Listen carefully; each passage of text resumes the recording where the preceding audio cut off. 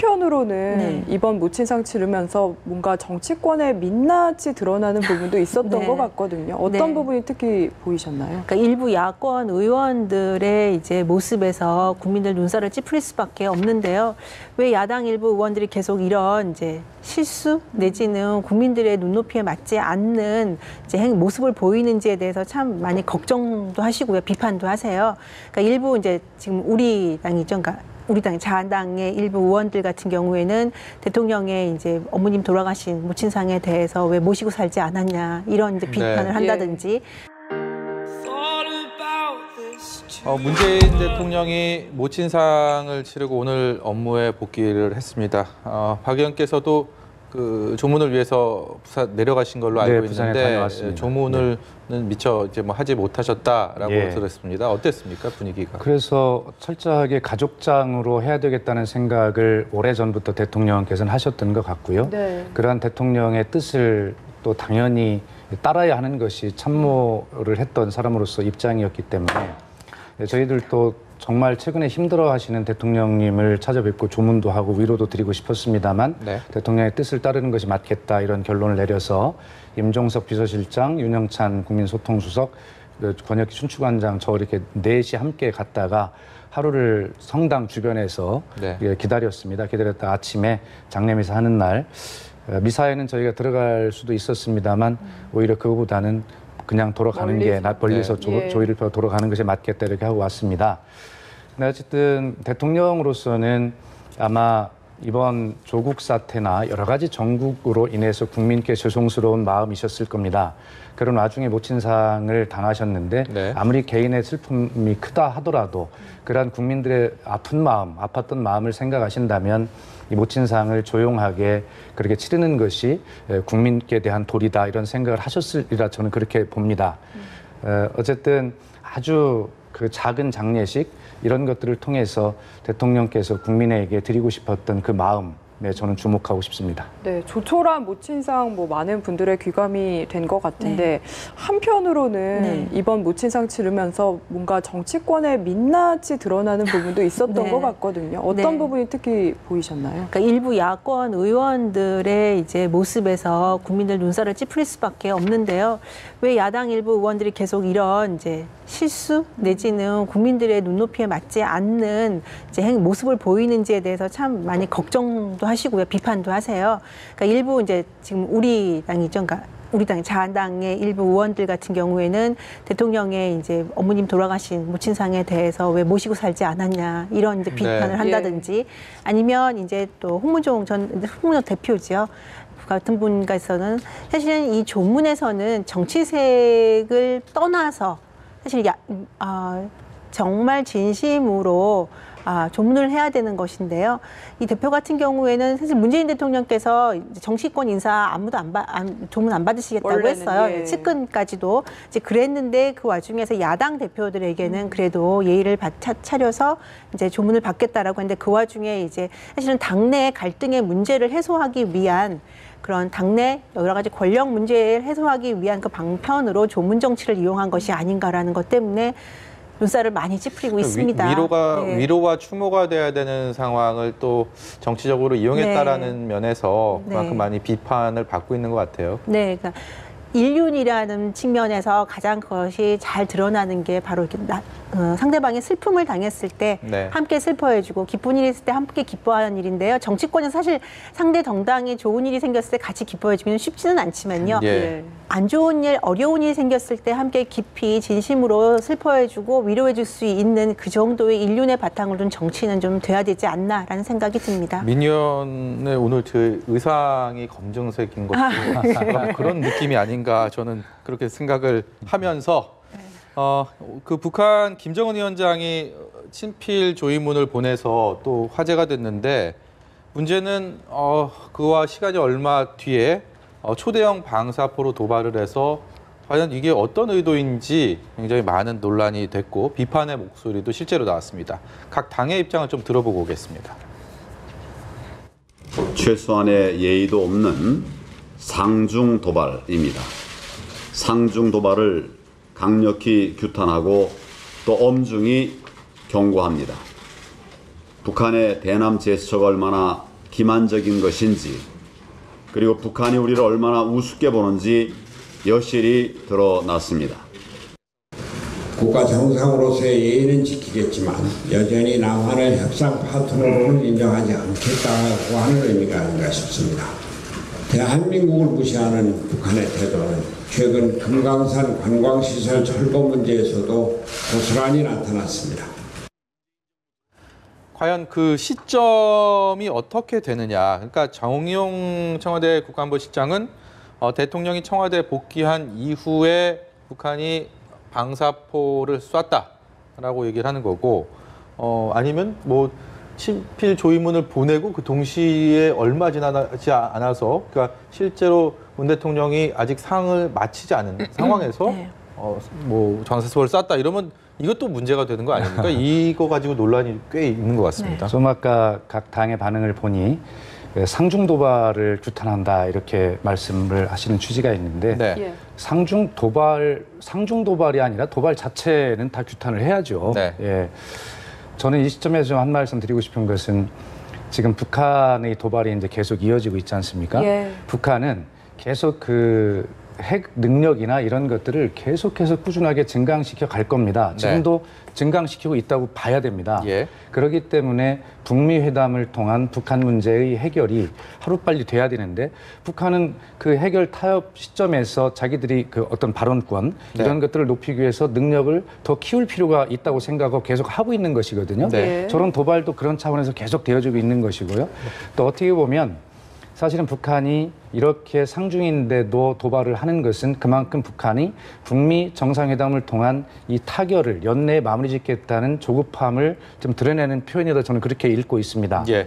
예, 그래서 이런 문제는 북한이 저렇게 빨리 해결을 하자라는 어떤 메시지를 보낼 때 미국도 좀 기존의 입장을 가지고 자꾸 고수할 것이 아니라 어쨌든 북한이 얘기하는 대로 새로운 어떤 제안을 해야 북한도 그 명분을 가지고 갈 거 아니겠습니까? 네. 그래서 이 부분은 북한이 저렇게 도발하는 것은 제가 지금 말씀드린 대로 여러 가지 메시지가 있느니만큼 상중 도발이냐 아니냐보다 북한이 이 시간에도 계속해서 본인들의 핵 능력을 증가시켜가고 있다는데 우리가 주목을 하면서 네. 이 북미 정상회담을 통한 이 타결을 좀 빨리 연내에 마무리 져야 된다. 네. 북한도 그걸 원하고 있는 방증이다. 저는 그렇게 말씀드립니다. 말씀하신 취지는 이해가 됩니다만, 그렇다 하더라도 사실 발인 장례미사가 끝난 지 네. 4시간 만이거든요. 이런 점은 좀 규탄받을 만한 것 같습니다. 그렇죠. 그리고 이제 북한이 지금 이제까지 쭉 1년에 이제 뭐 군사적인 도발이라든지 아니면 김정은 위원장의 직접적인 발언을 통해서 보면 우리나라 한국을 들었다 놨다 하려는 예. 그런 의도가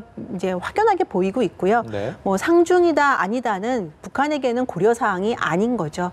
그래서 저 보면은 이 군사 도발 같은 경우에도 이미 북한이 이제 뭐 문재인 대통령의 모친상이니까 이 중에 도발을 하면 더 자극적이지 않을까라는 생각으로 전 도발했다고 생각하지는 않아요. 예. 다만 북한은 계획된 대로 군사적인 훈련이라든지 그 이외의 무력 도발에 대해서 계획된 대로 진행을 하는 것이고, 하기 때문에 우리가 여기에 대응할 것은 북한을 비난하고 하지 말아라라고 할 것이 아니라 북한 같은 경우도 투트랙으로 가는 거거든요. 예. 우리나라도 평화를 위한 노력은 하되 비핵화 관련된 북한에 대한 압박이라든지 그 외에 외교적인 노력에 대해서는 투트랙으로 동시에 시행을 해야 된다는 거죠. 언제까지 북한을 달래기만 해서 이 상황이 나아질 것인가라는 데에서 너무나 순진한 기대만 하지 말고 이전부터 지속적으로 야권에서 이야기했듯이 평화의 노력, 그러니까 비정치적인 부분에서 평화의 노력도 중요하지만 하지만 정치적인 부분에서 비핵화를 위한 동맹국들과의 함께 단합된 노력이 더 중요하지 않나라는 이 시점에서는 그것이 또 돋보이는 것이 아닌가 윤 의원님, 싶습니다. 비핵화를 위한 동맹국가의 제재와 압박의 그 연대는 하나도 변함없이 여전히 유지되고 있습니다. 예. 그렇기 때문에 우리가 지금 평화와 외교를 투트랙으로 하셔야 된다. 평화는 남북 평화, 남북 관계에서는 우리가 나름대로 할 수 있는 거지만 금강산 관광 재개나 개성공단마저도 국제 연대의 틀 속에서 제재와 압박의 틀 속에 여전히 들어있는 것이거든요. 대한민국은 지금 말씀하시는 두 가지를 충실하게 이행하고 있는 중이다라고 분명히 말씀드리고 싶습니다. 네, 저희가 주제를 좀 넘겨보겠습니다. 총선을 앞두고 각 당 대표들이 리더십 논란에 휩싸인 것 같습니다. 먼저 민주당 이해찬 대표부터 짚어보면은 이틀 전에 기자회견 후폭풍이 지금 상당한 상황인데 차기 총선 계획을 공개를 했거든요. 목소리부터 듣고 와서 이야기 나눠보겠습니다. 정기국회가 끝나고 그 12월 아마 10일쯤 될 것 같습니다. 그때부터 그 총선 선거대책위원회를 구성을 해서 본격적인 선거를 준비하도록 그렇게 하겠습니다. 또 인재영입위원회도 그 같은 시기에 공식적으로 활동에 들어가도록 그렇게 하겠습니다. 지금 여야 대표들의 그 총선을 앞둔 상황에서의 리더십이 언론지상을 통해서 많이 각광받고 있는데, 각광이라는 표현보다는 좀 비판이라는 표현이 좀 더 가까운 것 같습니다. 먼저 이해찬 대표의 경우 당의 쇄신 요구가 굉장히 있는 상황에서 거기에 좀 못 미치는 상황, 그 답변과 계획을 내놨다라는 얘기들이 주를 이루고 있습니다. 예, 그렇습니다. 지금 조국 정국을 지나오면서 당이 보여준 그런 리더십 역할에 굉장히 좀 문제가 있었다라는 지적과 함께요. 어쨌든 그리고 지금 최근에 이제 이철희 표창원 의원이 불출마 선언을 하면서 네. 당이 낡았다라는 이런 비판을 하지 않았습니까? 그런 와중에 사실은 이해찬 대표께서 말씀 한마디로 그런 어떤 당원들, 국민들의 마음을 이렇게 다 좀 어루앉는 이런 말씀을 좀 하셔야 될 때인데, 오히려 그 정반대의 느낌을 주는 말씀을 하셔서 비판에 직면하고 있는 것인데, 네. 아마 지금 12월에 총선 우리 그 대책위원회나 인재영입위원회 등을 그 출범을 시키겠다는 말씀으로 그런 어떤 당의 새로운 면모를 보이시고자 하나 일단 비판에 직면하는 것은 맞는 것 같습니다. 네, 그리고 황교안 대표 이야기도 좀 해보고 싶은데요. 지금 보면은 조국 전 장관 사퇴한 이후에 패스트트랙 고소고발 의원들 공천 가산점 문제도 네. 있었고, 유튜브 영상도 논란이 네. 됐었고, 그리고 지금 박찬주 전 대장까지 계속 뭔가 헛발질을 한다는 네, 지적이 네. 나오거든요. 그 지금 밀실 정치다라는 이제 키워드로 지금 황교안 대표 관련해서 요 며칠 계속 이제 기사도 네. 나오고요, 비판도 있는데요. 황교안 대표가 사실은 정당 정치를 시작한 지 얼마 안 되신 분이죠. 네. 어찌 보면 정치 신인이라고도 할 수 있는 분인데요. 굉장히 어려운 자리에, 책임감이 막중한 자리에 계십니다. 지금 야당의 제1야당의 대표로서 총선을 이제 앞두고 있고, 이제 몇 달 안 남은 총선 전 진도 지휘를 해야 하는데, 그 첫걸음이 인재 영입이에요. 항상 선거 때마다 새로운 피를 수혈한다, 국민들의 요구에 부응하는 시대에 맞는 인재를 등용한다라는 차원인데, 황교안 전 현재 대표죠. 네. 황교안 대표 같은 경우에는 총선 관련한 지금 청사진을 아직 제대로 만들지 못하고 있는 것이 아닌가. 네. 21대 총선을 어떤 방향으로, 어떻게 국민들의 요구를 수용하는 방향으로 선거를 치르겠다라는 아직 그 계획이 구체적이지 않은 상태에서 자꾸 지지층만을 바라보고, 특히 열혈 지지층만을 바라보고 선거를 치르겠다는 것으로 가면, 이제 황교안 대표 같은 경우에는 다음 대선을 저는 그러니까 기대하고 있다고 생각해요. 대권 네. 후보를 기대하고 있는 분인데요. 그러기 전에 일단 총선에서의 자유한국당의 그 자기 입지를 제대로 발휘하지 못한다면 그다음 대선도 물 건너가는 거거든요. 예. 이런 차원에서 황교안 대표의 그 우물한 정치, 또는 자기의 열혈 지지층만을 바라보는 정치 틀을 빨리 벗어나지 않는다면, 글쎄 이번 총선, 다음 총선에서, 돌아온 총선에서도 황교안 대표는 굉장히 어려운 고전을 겪지 않을까라는 생각이 듭니다. 저희가 소방헬기 추락 관련 사고 브리핑을 연결하느라고 많은 얘기들을 준비해 오셨는데 미처 다 여쭤보지 못했습니다. 다음 주에 더 충실한 대담 준비해 오시고 거기에 대해서 충실히 네. 답변을 듣도록 하겠습니다. 오늘 말씀 여기까지 듣겠습니다. 네. 박수현 전 민주당 의원, 민현주 전 국회의원이었습니다. 고맙습니다. 잘 들었습니다.